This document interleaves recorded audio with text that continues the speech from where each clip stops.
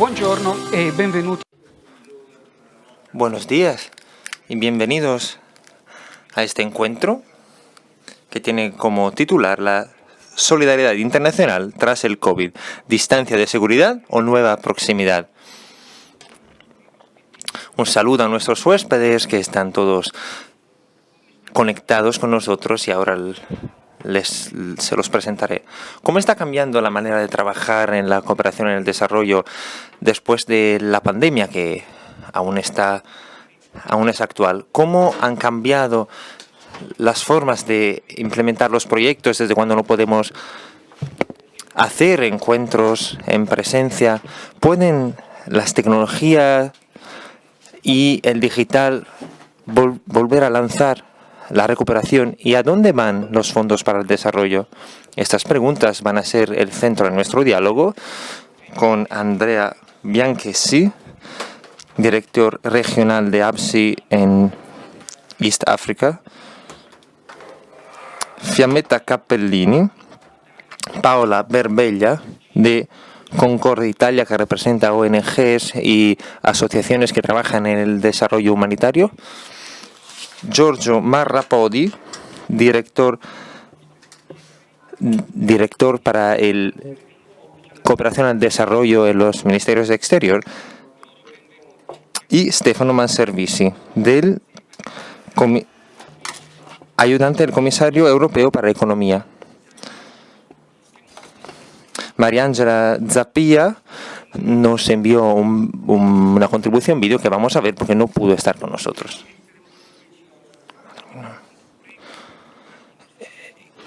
Por favor, les pido a nuestros huéspedes que se queden en los tiempos que le hemos indicado.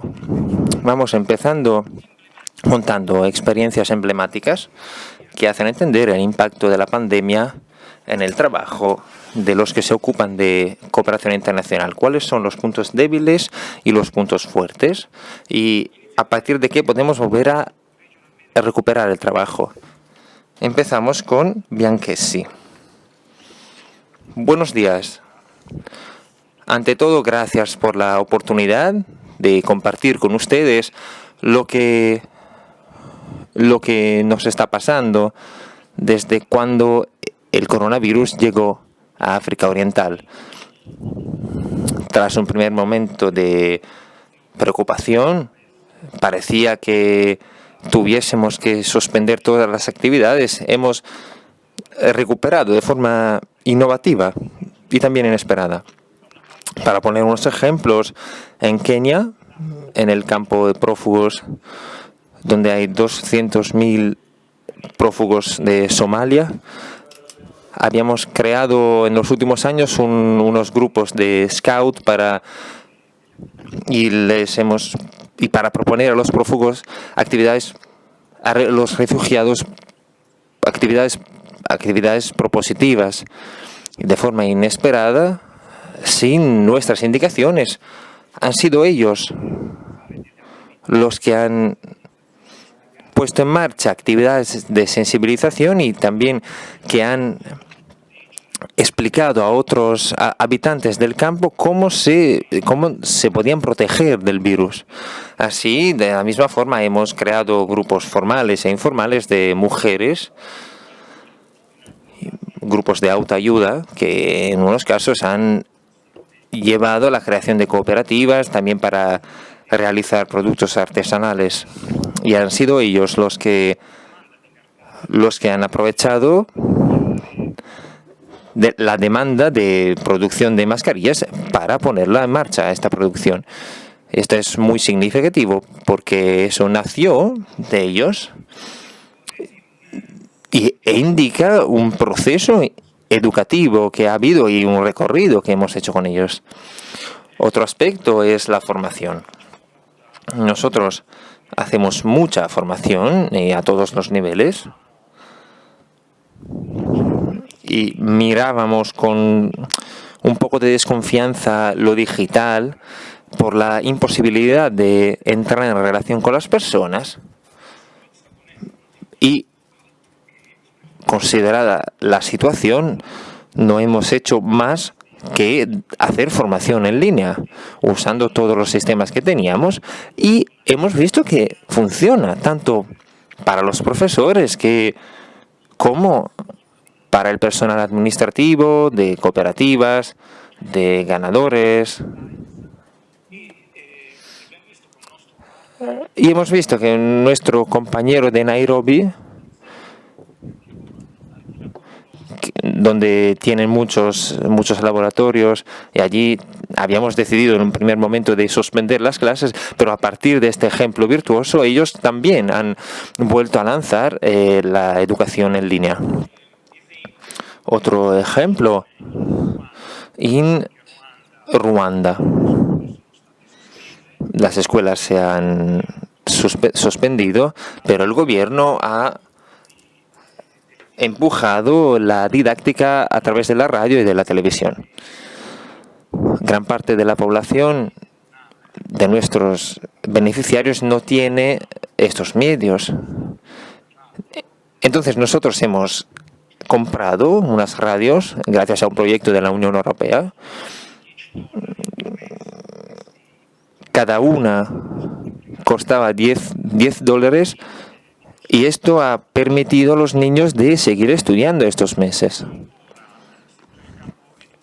Otro ejemplo en el campo educativo, otras escuelas escuelas que están en chabolas como Little Prince en Nairobi, u otras en zonas rurales aisladas donde no existe conexión de internet. ¿Qué hemos hecho? Los profesores se encontraban cada semana con los niños en el jardín de la escuela, con las distancias que se necesitaban, daban deberes, recibían los deberes hechos por los estudiantes y mantenían una relación. Viendo que el mantenimiento de una relación es fundamental. Y aún más cuando a final de junio, cuando Kenia declaró que el año escolar estaba perdido y que el año escolar de este año se tendrá que repetir el año que viene. Y estas escuelas se han activado y los mismos padres han acogido la posibilidad de mantener este proceso educativo basado en la relación entre profesores y estudiantes. Esos son los ejemplos más significativos que he tenido la oportunidad de conocer. Gracias, Andrea. El impacto de la pandemia en África no ha parado su trabajo, sino lo ha cambiado. Lo mismo ha pasado en Haití. Fiammetta, buenos días.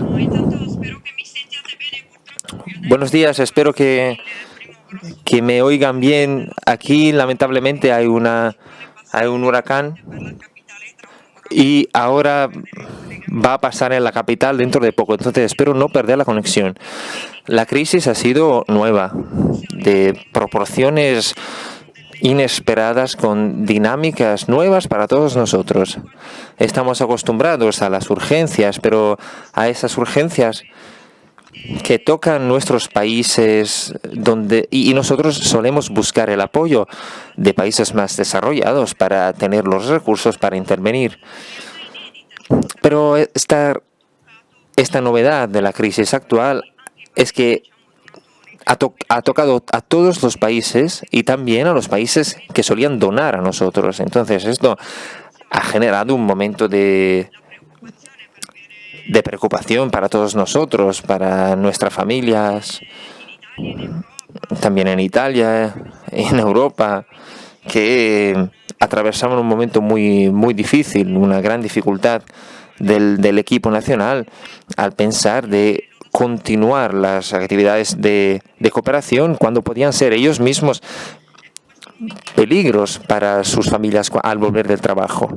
Pero todo esto no nos ha parado del todo. Nuestro trabajo es responder a las urgencias. Y hemos buscado los ejemplos más vivaces, más enérgicos, la fuerza para intervenir. Un ejemplo fundamental para nosotros, y quería contarles esta historia, es que ha habido un doctor, Máximo, voluntario, un médico muy competente, que ha trabajado con nosotros como voluntario para hacer frente al terremoto de 2010 aquí en Haití. En su trabajo de voluntario se encontró con una niña de 3 meses en malnutrición, literalmente la salvó cuidándola. Antes de irse de Haití, nos pidió que activásemos una ayuda concreta para esta niña, que lleva 10 años ya. Y en la epidemia en Italia el doctor Máximo se ha visto muy involucrado en el trabajo contra la epidemia. Y a pesar de todo el trabajo que tenía, nos ha contactado, nos ha dado un donativo extraordinario y decía, ahora que aún más entiendo lo que significa estar delante de una crisis enorme, os pido que sigáis acompañando a esta niña y que encontréis una solución para ella. Ha sido uno de los ejemplos más importantes para nuestro trabajo, que ha trazado una senda para nuestro equipo. Nos ha hecho entender que las relaciones siguen adelante y el resto del mundo no está distraído y no nos abandona. Ha sido muy motivador y profesionalmente ha marcado una senda, un camino. Tras un primer momento de hesitación, estos ejemplos nos han ayudado a identificar las soluciones posibles. Haití es un país muy frágil, tenemos muchas actividades de desarrollo, pero también de emergencia. Hemos tratado de reconvertirlas, no era posible pararlas totalmente porque muchas de ellas eran tan importantes y son tan importantes para la población que los mismos gobiernos y las instituciones locales nos han invitado a continuar a pesar del confinamiento del país y de las decisiones para no hacer aglomeraciones de personas.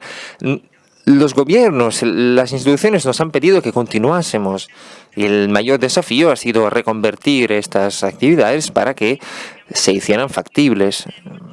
Todo ha sido nuevo, hemos aumentado las intervenciones de transferencia monedera a las poblaciones.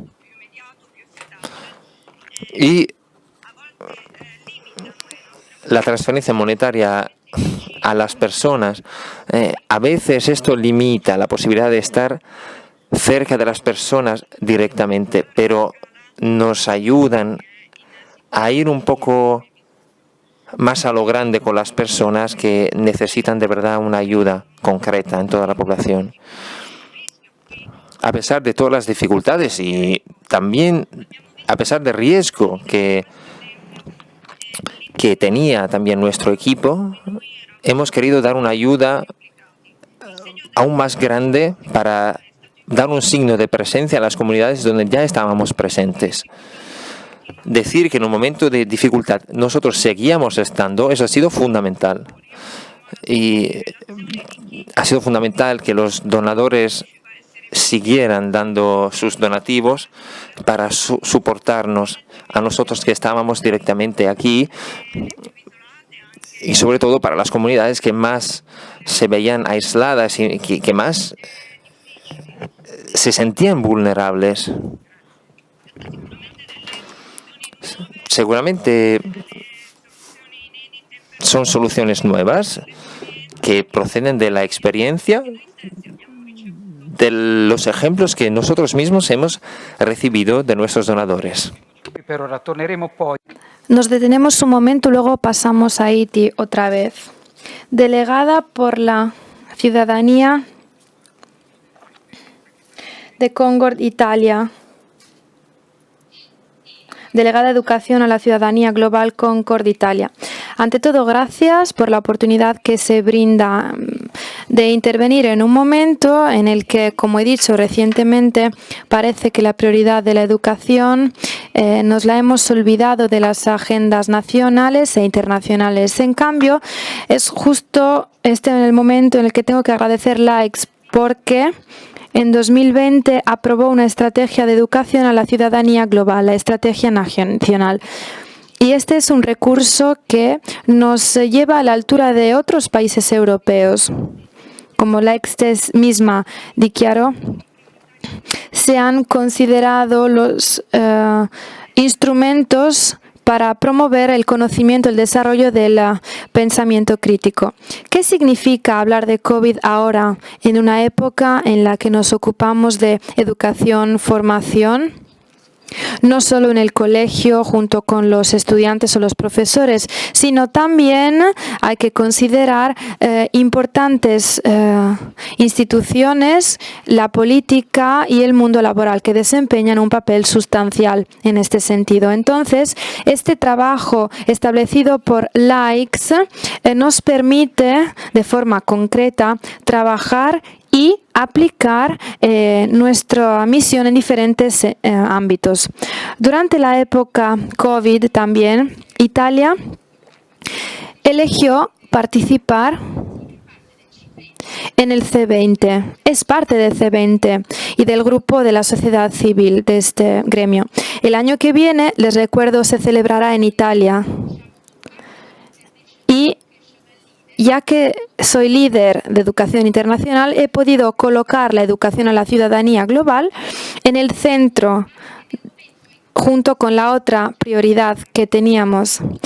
También Arabia Saudí gestionaba este proceso y pueden imaginarse lo que significa colaborar con Arabia Saudí, un país que seguramente no es conocido por las libertades civiles, pero introducir este tema como una de las prioridades es importante. El Foro Económico Global también dijo que las competencias de ciudadanía global son las primeras que servirán para promover, para ayudarlos a los jóvenes del día de mañana. Y considerando Europa y el ámbito internacional, antes del confinamiento debido al virus COVID, DigiDevCo nos había llamado para ilustrar en Bruselas cuál fue el proceso de creación de la estrategia de educación a la ciudadanía global, de forma que otros países, otras redes y la Comisión misma pudiesen ocuparse de ello. Entonces, ¿qué tenemos que hacer en este momento? Para nosotros, COVID es una ocasión para reestructurar y reorganizar y revisar todo el sistema educacional, porque la educación en un mundo tan globalizado, sin ciudadanía global, pierde muchos de sus aspectos indiscutibles, importantes. La misma OCDE está considerando la alfabetización, los test PISA en términos de ciudadanía global. Significa que tenemos que contar con competencias necesarias a nivel económico, pero sobre todo para cambiar la mentalidad. Y creo que esto es importante incluso en esta época. Y añado dos cosas sustanciales. Debemos ocuparnos de este tema a nivel de cooperación internacional, como hace ya Concord y como Concord Italia también hace. Hablamos de 2.600 ONGs europeas que se ocupan de ello. Entonces, tenemos margen de acción y por eso nos parece fundamental cambiar las cosas. En estos días parece que el COVID, o por lo menos en algunos contextos, en algunas regiones, está ocasionado por los migrantes. Pero esta idea en la que hay un enemigo y un nosotros es una forma de solucionar las cosas que no funciona.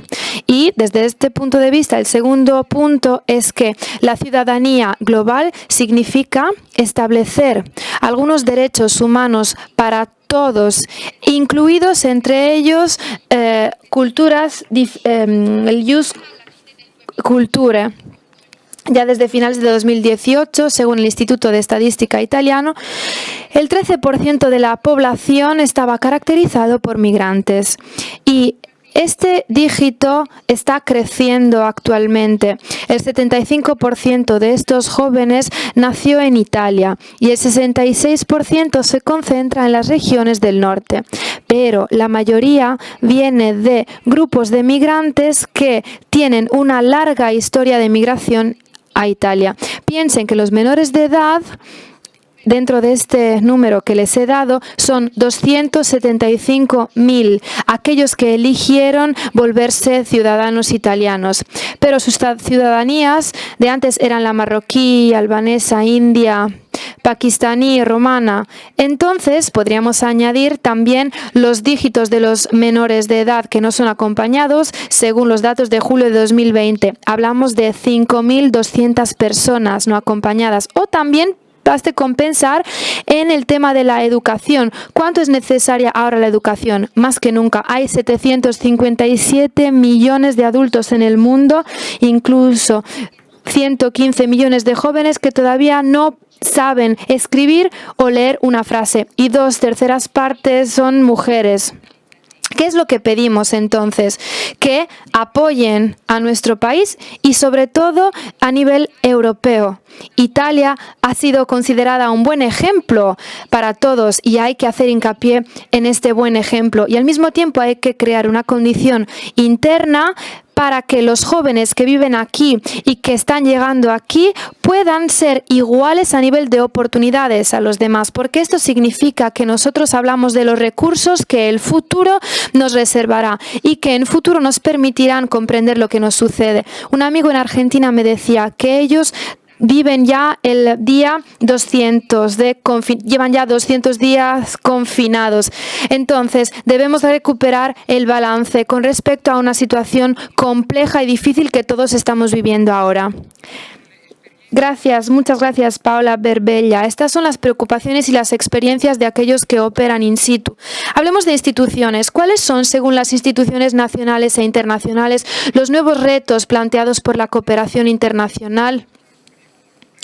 Y durante el post-pandemia, esperemos pronto. Empecemos con Giorgio Marrapodi, director de la Cooperación al Desarrollo del Ministerio de Extranjero. Muchas gracias. Permítanme, dedicando el primer minuto a nuestra presencia en Rimini. Yo hasta antes de ayer estuve aquí. Este año el Ministerio del Extranjero, de Asuntos Exteriores, ha participado. Éramos muy alegres, empezamos esta experiencia junto con la Comisión Europea. Y lo digo porque sé que hablará después de mí Stefano, mi amigo director general de la cooperación por la Comisión, y fue una experiencia muy positiva para mí. Este año la quisimos repetir. Entonces me gustaría agradecer la ocasión que se me da, y creo que este centro que tenemos en Rimini ha visto muchos personajes importantes que han pasado por aquí, personajes importantes a nivel social, civil y político, y esto demuestra la atención que se le da al tema de la cooperación para el desarrollo. El año pasado y este año fueron dos experiencias importantes para seguir adelante con uno de los grandes hilos rojos de nuestra cooperación. Las alianzas también las presentamos a París cuando tuvimos que dialogar juntos. Este año también colaboramos con la Asociación Italiana de los Futbolistas, y esto es muestra de cooperación. Entonces, Rimini representa un centro muy importante también a nivel de colaboración con APSI, el año pasado y este año también. Entonces, solo quería hacer esta pequeña premisa de agradecimiento y de colaboración. Pero esto también tiene que ver con lo que diremos sobre la pandemia, porque para mí el papel de la cooperación durante la pandemia creo que es un elemento importante. La colaboración tiene que estar siempre presente, incluso en esta temporada.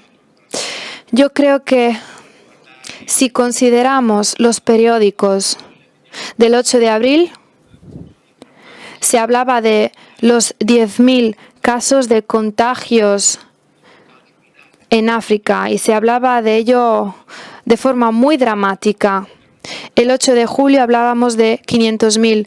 Hoy, después de 2 meses, sabemos que son más de 1 millón. Y también en América Latina se hablaba al principio de un aumento lento, paulatino. Entonces todavía no sabemos qué ocurrirá, pero seguramente podemos sacar una conclusión. Necesitaremos cada vez más cooperación, mucho más que antes, más alianzas y no menos. Y esto lo digo porque también después de la pandemia podremos experimentar un cambio de rumbo, o mejor, necesitaremos afrontar las consecuencias de la pandemia. El director general de la Organización Mundial de la Salud afirmaba que a lo mejor necesitaremos años para superar las consecuencias de la pandemia. Entonces, tenemos que prestar mucha atención. No podemos relajarnos aunque la pandemia pase, porque los daños que está ocasionando son numerosos, no solo a nivel de sanidad, sino también a nivel de impacto social y también económico. El mismo Fedros hablaba de los dígitos científicos que necesitamos para encarar la pandemia, tanto a nivel de investigación, de búsqueda de la vacuna, como de distribución de la vacuna. Entonces, también en términos de terapias, tenemos que trabajar mucho en la búsqueda de estos recursos y tenemos que limitar las consecuencias económicas en el mundo, problema que todo el mundo tiene ahora.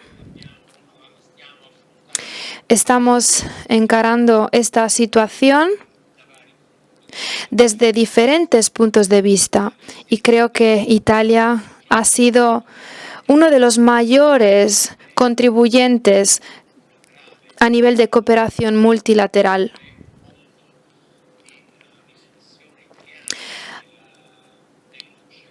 En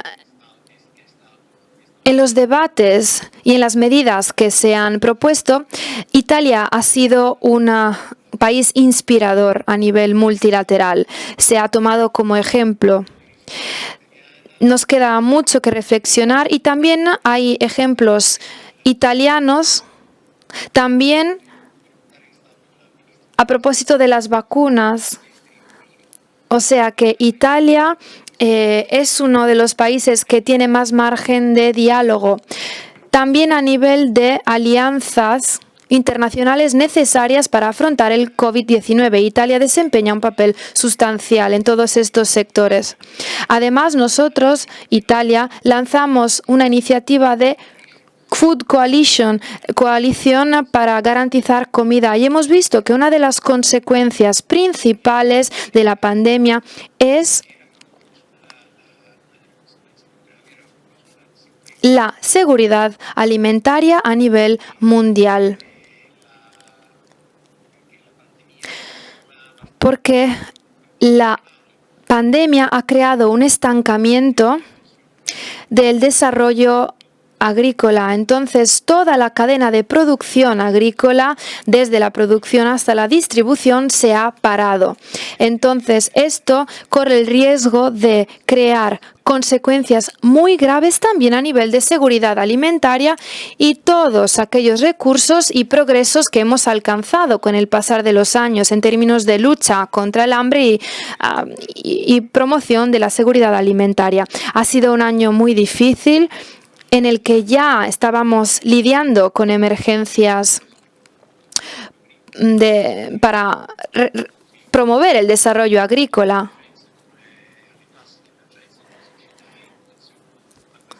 Este año, además, se añade a todo esto y a las inundaciones también, a esto se añade la invasión de las locustas en una de las regiones más importantes de África. De las langostas. Entonces es necesaria más cooperación y no menos cooperación. Este es mi primer mensaje que quiero mandarles. Gracias. Y ahora la palabra a Stefano Manservisi, Special Advisor del Comisario Europeo por la Economía.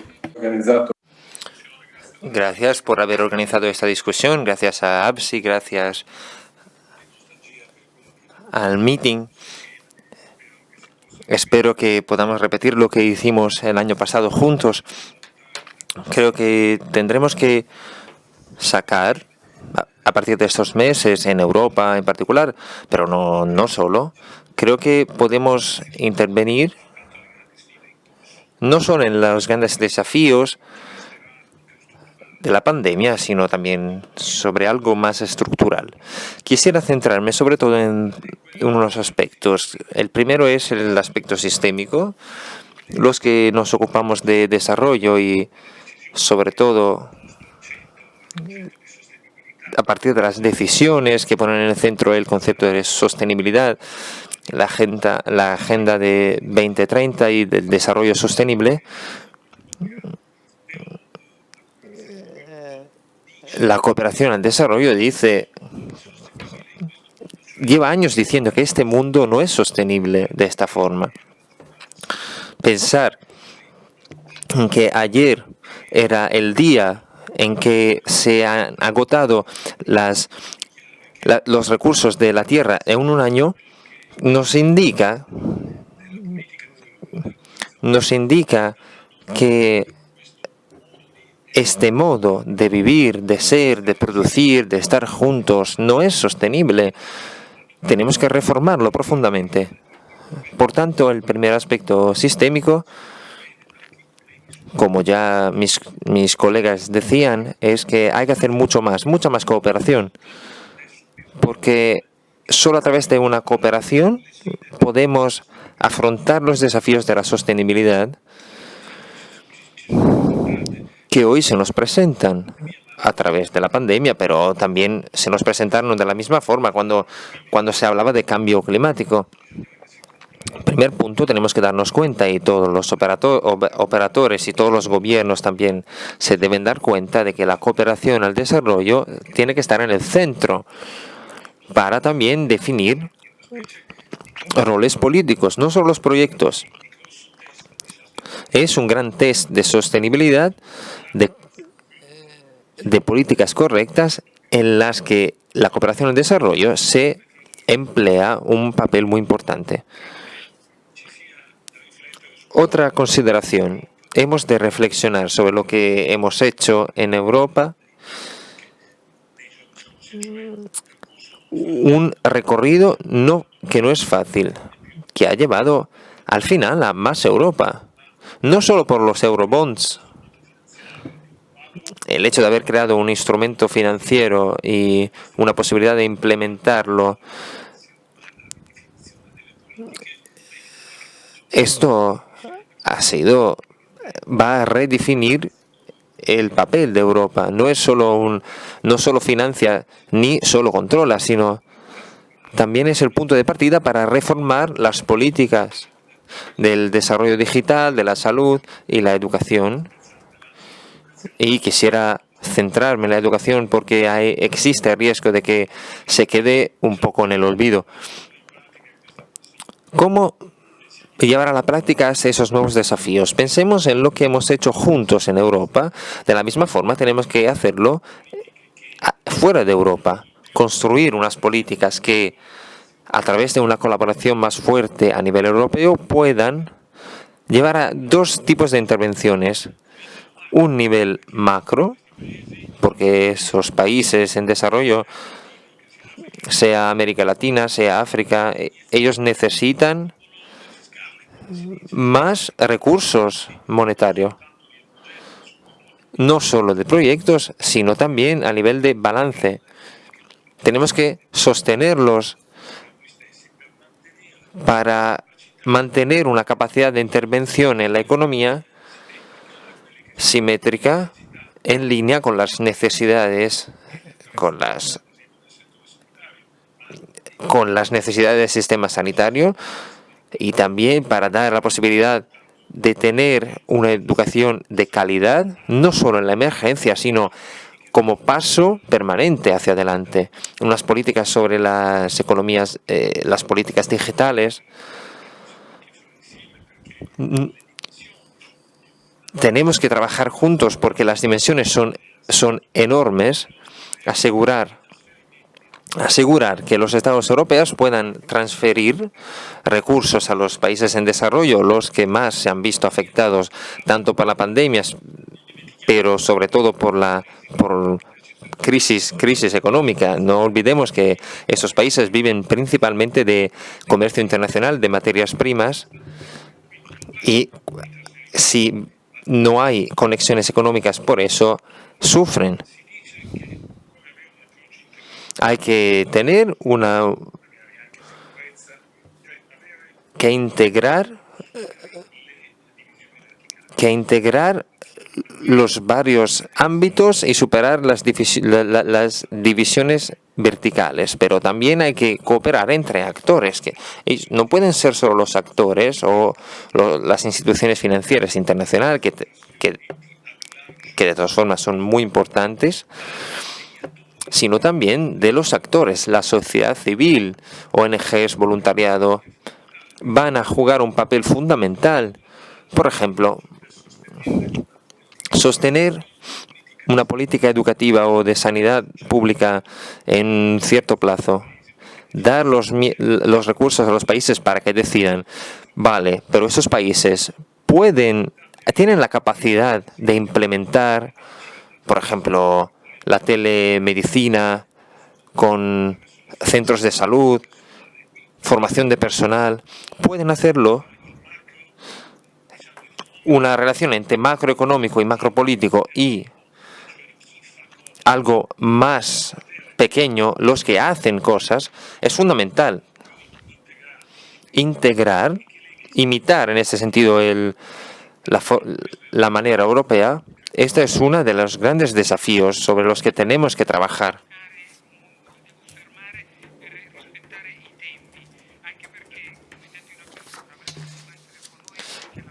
Lo siento, tengo que pararle porque tenemos que respetar los tiempos.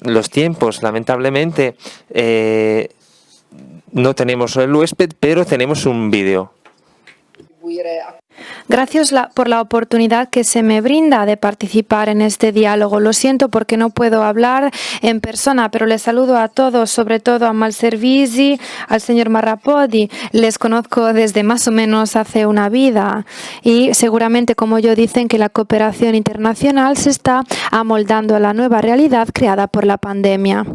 En estos días he escuchado las diferentes ponencias que se han sucedido a partir del mensaje del jefe de Estado italiano.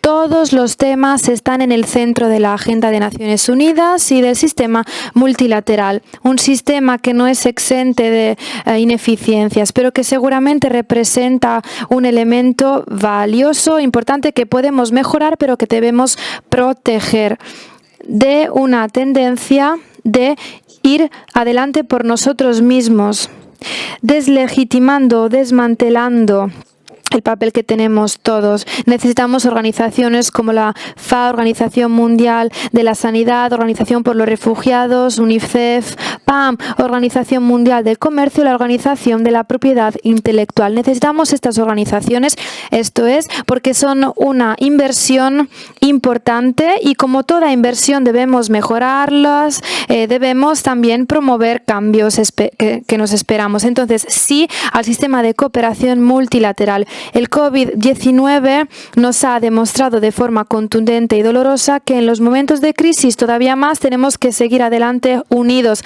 Las inextricables interconexiones de nuestra comunidad son un elemento que debemos considerar. Lo que sucede en África o en los pequeños pueblos de las islas, lo que sucede en los países en desarrollo tiene un impacto en nuestro presente y en nuestro futuro, en nuestra economía, en las cadenas de producción, en la salud y en el medio ambiente.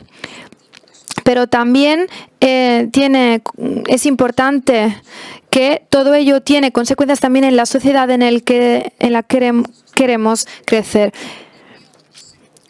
El segundo punto al que hago referencia es que la pandemia ha demostrado de forma desafortunadamente dramática y de forma diferente en función del país que consideramos, ha demostrado algo que ya Italia intuyó en el pasado, que estamos entrelazados y que tenemos que ser solidarios. Hacer cooperación al desarrollo hoy, responder a las grandes crisis humanitarias, invertir los recursos a través de nuestras redes o bien a través de sistemas multilaterales, acompañar a los demás, entre comillas, es una cosa justa, pero también es necesario y sabio. No tenemos otra opción.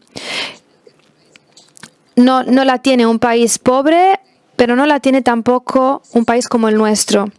Tenemos que abatir los muros. Se dice que esta crisis ha volcado los paradigmas que utilizábamos para interpretar la realidad social, política y económica. Pero la verdad es que esta pandemia tiene la tarea de ser catalizador de una situación que ya existía debido a la globalización. Lo que ha hecho es simplemente subrayado desigualdades y la importancia de que la salud y el ambiente son un bien público global para todos. Y los bienes y es importante que todos se comprometan.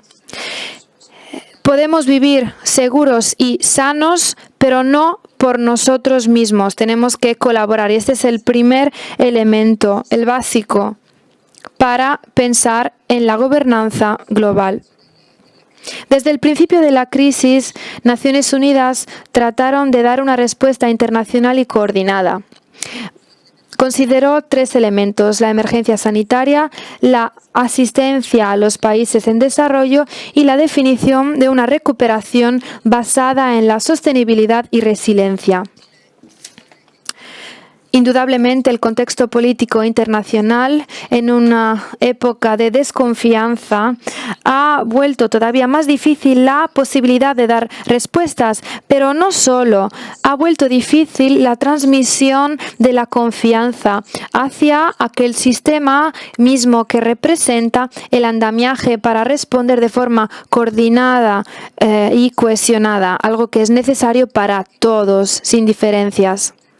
Necesitamos 3 meses de discusión para que el Consejo de Seguridad aprobara una medida que demuestra que el virus representa una amenaza a la paz y a la seguridad internacional.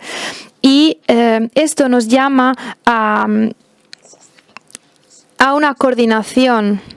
Entonces, las crisis humanitarias y estructurales se han empeorado todavía más.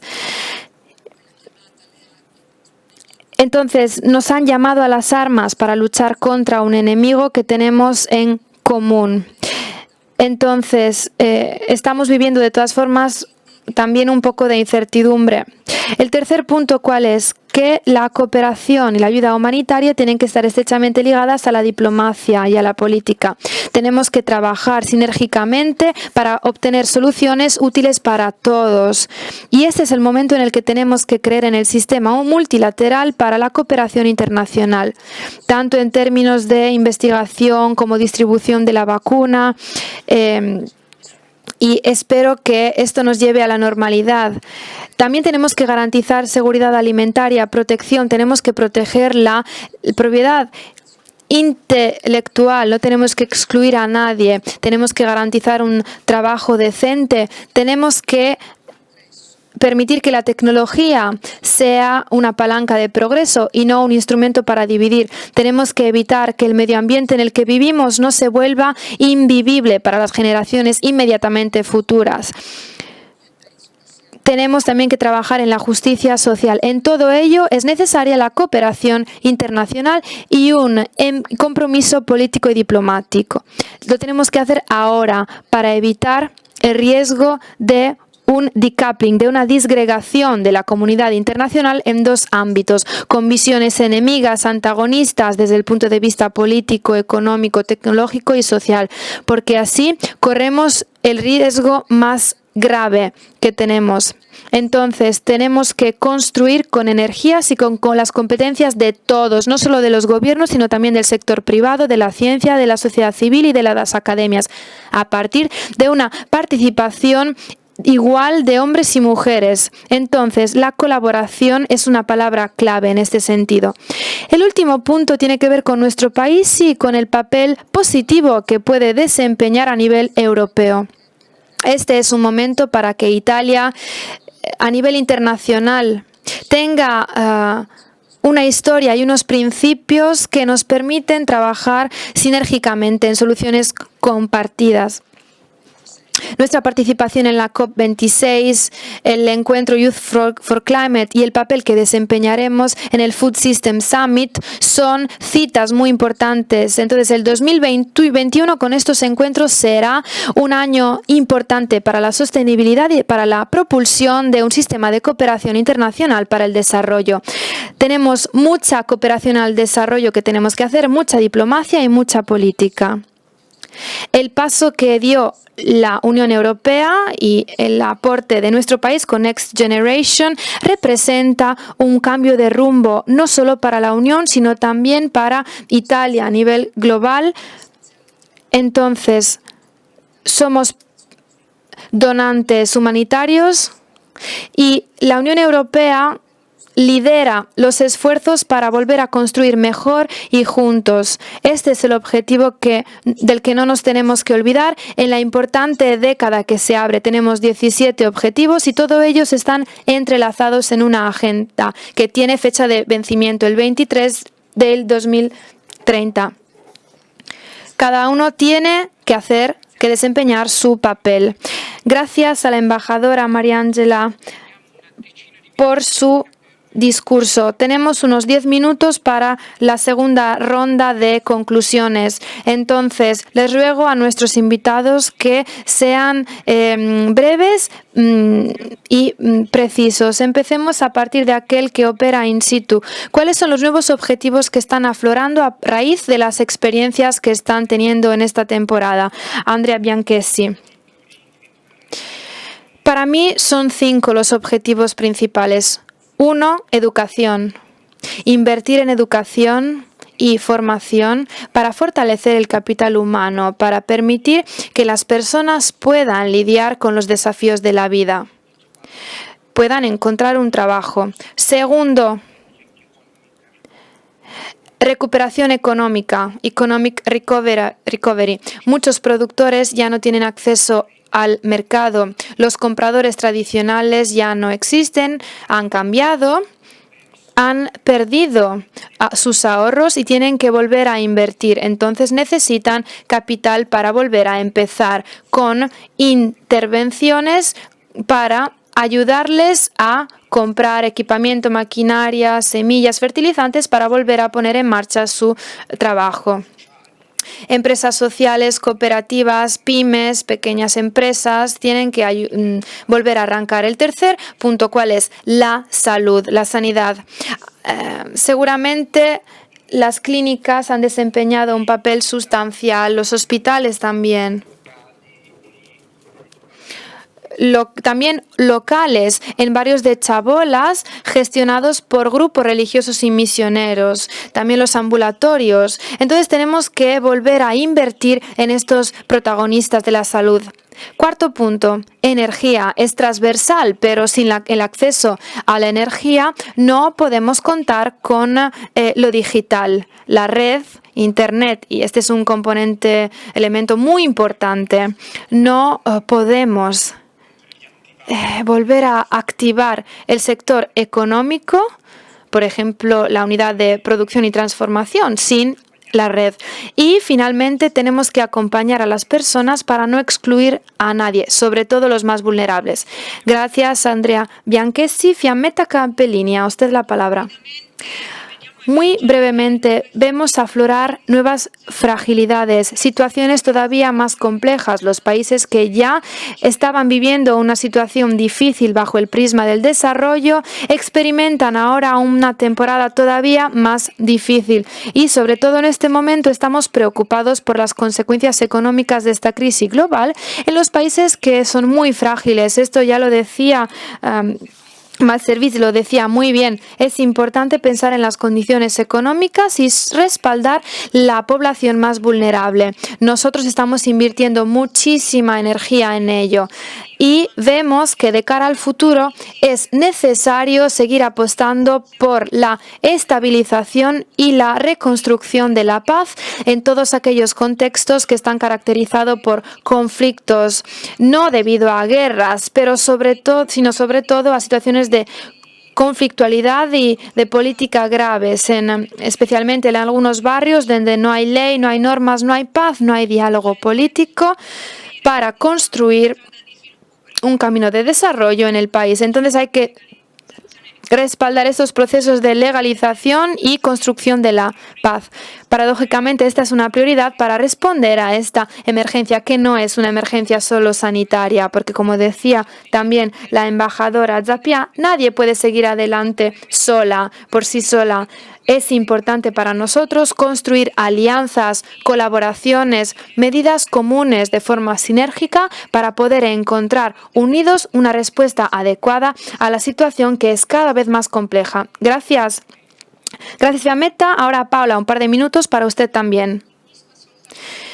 Comparto absolutamente todo lo que han dicho los demás ponentes y simplemente quisiera añadir que trabajar en la ciudadanía global es importante porque ayuda a desarrollar una posición más clara a nivel de conciencia. Por lo que concierne Italia y Europa, es necesario desarrollar planes de acción locales de forma que se pueda pensar globalmente pero actuar localmente a nivel regional, cosa que todavía no es real. Tenemos que actuar a nivel italiano, pero europeo también. Y por eso tenemos que promover la estrategia a la ciudadanía global y tenemos que promover la ley sobre la educación cívica que entrará en vigor en septiembre en Italia. Y para concluir, añado algo a lo que decía ya Zappia. Como dice el Objetivo de Desarrollo Sostenible 4.7, antes de 2030 es necesario que todos los estudiantes adquieran conocimientos y competencias necesarias para promover un desarrollo sostenible. Algunos lo están haciendo ya. Miremos lo que ya están haciendo algunos. Fridays for Future, por ejemplo. Pero ya hemos encontrado nuevos instrumentos, solo hay que utilizarlos. Gracias. Entonces, estos son los nuevos objetivos según aquellos que trabajan in situ. ¿Cómo las instituciones pueden apoyar y propulsar el trabajo de la cooperación internacional? Damos la palabra a Giorgio Marrapodi. Gracias. Yo también, muy rápidamente, quería decir que estoy absolutamente de acuerdo con lo que han dicho mis compañeros. Lo que han dicho Malservisi, pero también la doctora acerca de la educación. La educación es un sector importante en el que debemos invertir. Hemos conocido la dramática experiencia de Kenia, donde los estudiantes han perdido el año escolar, su curso. Nosotros en Italia, a nivel de cooperación, seguiremos trabajando para fortalecer nuestra intervención a nivel bilateral con nuestros socios, pero también a nivel multilateral junto con la UNESCO, para fortalecer, espero, nuestro papel dentro de la colaboración global promoviendo educación.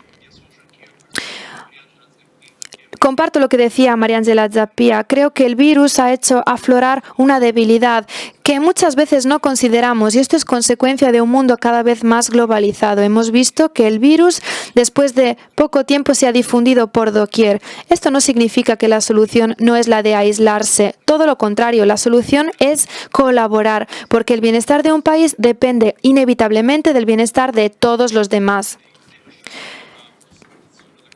¿Cuál es el objetivo del Economic Forum de enero? Great Reset. Significa que la pandemia nos ofrece la oportunidad de volver a empezar desde cero para construir un futuro más igual, sostenible, temas de los que se ha hablado muy bien en estos días y ayer, sobre todo en el meeting de Rimini. Y en este sentido, creo que el mundo de la cooperación desempeñará un papel sustancial. Todavía no lo sabemos bien, hay que ser sinceros. No sabemos cuáles son las lecciones que esta pandemia nos enseña. Hay todavía que aprender mucho, algo ya lo sabemos, nos lo ha enseñado ya el coronavirus, pero tenemos que esperar un poco más de tiempo para sacar todas las lecciones. Seguramente la cooperación seguirá desempeñando un papel crucial. para promover un multilateralismo cada vez más eficaz, eficiente y sobre todo una acción bilateral eficaz. Gracias. Gracias, doctor Marrapodi. Stefano Malservisi, usted es el último a responder. Creo que debemos dejar de pensar que hay un nosotros y un ellos. Quizás la dificultad de debatir del Recovery Fund en Europa nos ha demostrado esto. No basta con razonar de forma ensimismada. Todos tienen que acceder a los recursos, a las capacidades y a la inversión para afrontar la pandemia ahora y las consecuencias después. Entonces, nuestra recuperación, nuestro recovery, pasa a través de la recuperación de los demás, de todos. Entonces, el primer mensaje es que no tenemos que razonar en términos de nosotros y ellos. Todos estamos juntos. Segundo, la primera forma para hacerlo es crear una forma de colaboración globalmente entre las instituciones europeas y los Estados miembros. No tenemos que hacer cosas y ya está, sino que tenemos también que actuar en el Fondo Monetario, el Banco Mundial, la OCDE. Necesitamos una nueva Europa que nazca gracias a la cooperación internacional, de forma que lo que estamos haciendo nosotros por nosotros lo podemos transmitir a los demás. Y tercero, una nueva forma de alianza y de cooperación entre operadores humanitarios, ONGs, la diplomacia y la seguridad. Estos son los desafíos que tenemos que afrontar en las próximas semanas para tratar de ser protagonistas positivos en esta reconstrucción. Gracias, doctor Malservisi. Ya acabamos nuestro diálogo en el que han sido muchas las experiencias compartidas y tenemos también muchas ocasiones para reflexionar. No quiero sintetizar, claro, pero para concluir me refiero a un reciente artículo de Giampaolo Silvestri que publicó en Avvenire algunas palabras y escribe: ¿tiene todavía sentido invertir recursos en los países pobres cuando los vulnerables en este tiempo de pandemia somos nosotros? Este encuentro de hoy confirma su conclusión. Sí, responde Silvestri de AFSI, porque ahora es cada vez más evidente que el bien de cada uno de nosotros está estrechamente ligado al bien de todos. Gracias a nuestros ponentes, a los invitados y a todos ustedes que nos han escuchado. Que tengan buen día.